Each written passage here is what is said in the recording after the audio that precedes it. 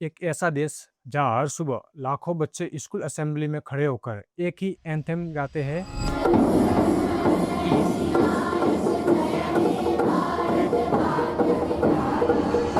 भले उनकी भाषा अलग हो, उनका खाना अलग हो, उनका कल्चर अलग हो, लेकिन उन्हें सिखाया जाता है कि हम सब एक हैं। लेकिन क्या ये सच है? अगर हम सच में एक हैं, तो फिर इस मैप का एक हिस्सा खुद को बार बार अलग क्यों महसूस करता है? नॉर्थ ईस्ट सिर्फ ज्योग्राफी ही नहीं, ये आइडेंटिफाइज है, ये फेसेज है, ये स्टोरीज है। लेकिन जब ये फेसेज अपने ही देश के किसी हिस्से में दिखाई देते हैं, तो लोग उन्हें पहचानते नहीं, उन्हें कैटेगराइज कर देते हैं, like Chinese, Nepali, corona, momos. ये बातें छोटी लगती है, लेकिन इनका असर सीधा आइडेंटिटी पर पड़ता है। Please, please, please.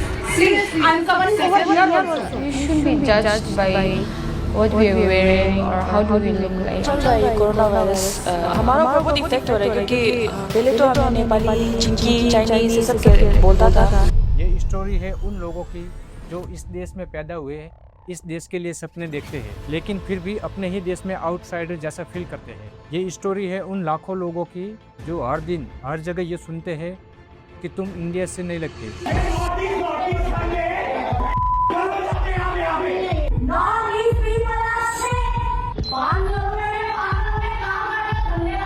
Chingy, man. We are not chingy, man.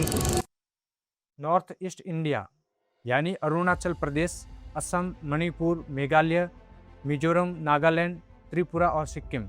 ये सिर्फ स्टेट्स नहीं है, ये इंडिया की डाइवर्सिटी का एक अहम हिस्सा है। यहाँ के लोग, उनकी कल्चर, उनकी लैंग्वेज, सब कुछ यूनिकली इंडियन है, लेकिन रियलिटी कुछ और ही कहती है। दिल्ली, बेंगलोर और कई बड़े शहरों में नॉर्थ ईस्ट के लोगों को आउटसाइडर समझा जाता है, उनके लुक्स का मजाक उड़ाया जाता है, उनकी बोली, पहचान और नाम को जज किया जाता है, और कई केसेज में उन्हें डिस्क्रिमिनेशन और हैरेसमेंट का सामना करना पड़ता है। ये सिर्फ परसेप्शंस नहीं है, बल्कि फैक्ट्स भी यही कहते हैं। 2014 में न्यूरोटनिनम डेथ केसेज ने पूरे देश को हिला दिया था। एक नॉर्थ ईस्ट स्टूडेंट्स की रेसिस्ट अटैक के बाद मौत हो गई। नेशनल ह्यूमन राइट्स कमीशन और कई रिपोर्ट्स के अनुसार नॉर्थ ईस्ट के लोगों के खिलाफ डिस्क्रिमिनेशन एंड हैरेसमेंट के केसेज रेगुलरली सामने आते रहते हैं। 2014 की बेजमुरा कमेटी ने भी साफ कहा था, नॉर्थ ईस्ट इंडियन रेसिज्म का सामना कर रहे हैं। सिर्फ इतना ही नहीं, 2020 में कोविड के दौरान कई लोगों को कोरोना कहकर बुलाया गया, जिसकी वजह सिर्फ उनका लुक्स था। बेंगलुरु में एक मणिपुरी वुमेन को रिपीटली हैरेसमेंट का सामना करना पड़ा। स्ट्रेंजर्स ने उन्हें क्लोथ्स और लुक पर कमेंट किया, उन्हें अनसेफ फील करवाया। लेकिन सवाल ये है कि ऐसा होता क्यों है? First reason, lack of awareness. बहुत से लोगों को नॉर्थ ईस्ट इंडिया की स्टेटस, कल्चर और पीपल के बारे में बेसिक नॉलेज ही नहीं होती। जब किसी चीज़ को समझा नहीं जाता, तो लोग उसे डिफरेंट या अननोन मान लेते हैं, और यही इग्नोरेंस, मिसअंडरस्टैंडिंग और डिस्क्रिमिनेशन में बदल जाता है। सेकंड रीजन है स्टेरियोटाइपिंग माइंडसेट। लोग एक फिक्स इमेज बना लेते हैं कि नॉर्थ ईस्ट लोग ऐसे होते हैं, और उसी बेसिस पर सबको जज करते हैं। इस तरह के स्टेरियोटाइप्स इंडिविजुअलिटी को इग्नोर कर देते हैं और लोगों को एक बॉक्स में फिट कर देते हैं। हम भी इंडियन हैं, हम लोग को चाइनीज मत बोलो, हम लोग को चिंकी मत बोलो। थर्ड रीजन है cultural distance. North east India का culture, experience, food, language mainland India से काफ़ी डिफरेंट है, और जब एक्सपोजर नहीं होता तो ये डिफरेंस फॉरेन जैसे लगने लगते हैं, जिससे अस विजेज देम मेंटालिटी क्रिएट होती है। रीजन नंबर 4, रिप्रेजेंटेशन की कमी। मूवीज, टीवी शो और टेक्स्ट बुक्स में नॉर्थ ईस्ट की प्रॉपर रिप्रेजेंटेशन ही नहीं दिखाई जाती।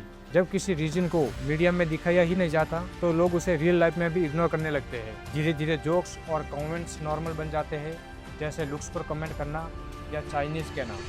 हम लोग चाइनीज नहीं है और हम चिन पोंग चिन कुछ नहीं है, हम भी भारतीय हैं। प्रॉब्लम ये है कि ये कैजुअल बिहेवियर स्लोली डिस्क्रिमिनेशन को नॉर्मलाइज कर देता है।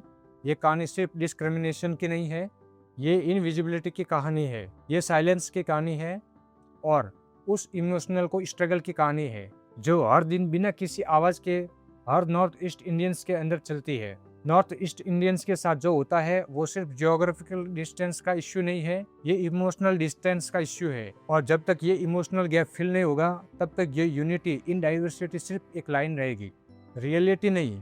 एक्सेप्टेंस बिना किसी स्लोगन से नहीं आती, एक्सेप्टेंस अंडरस्टैंडिंग से आती है, रेस्पेक्ट एक्शन से आता है, और इक्वलिटी तब तक पॉसिबल नहीं है जब तक हम डिफरेंस को थ्रेड की तरह देखना बंद नहीं करते।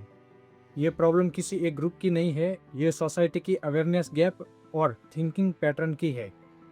जितना ज़्यादा एक्सपोजर, एजुकेशन और इंटरेक्शन बढ़ेगा उतना ही ये डिस्क्रिमिनेशन कम होगा। बिकॉज चेंजेस तब तक नहीं आता जब तक हम इसे जानते हैं, चेंजेस तब आता है जब हम इसे एक्सेप्ट करते हैं, स्पीक करते हैं और एक्ट करते हैं। तो अगली बार आप जब किसी नॉर्थ ईस्ट इंडियन को देखें तो उससे डिफरेंट मत समझिए, उसे इंडियन समझिए। बिकॉज असली देशभक्ति रेस्पेक्ट दिखाने से शुरू होती है। तो कमेंट सेक्शन में ज़रूर बताना कि हम चेंजेस चाहते हैं या फिर अवेयरनेस तक ही रोकना चाहते हैं। मिलते हैं न्यू डॉक्यूमेंट्री में एक नई इन्फॉर्मेशन के साथ। धन्यवाद।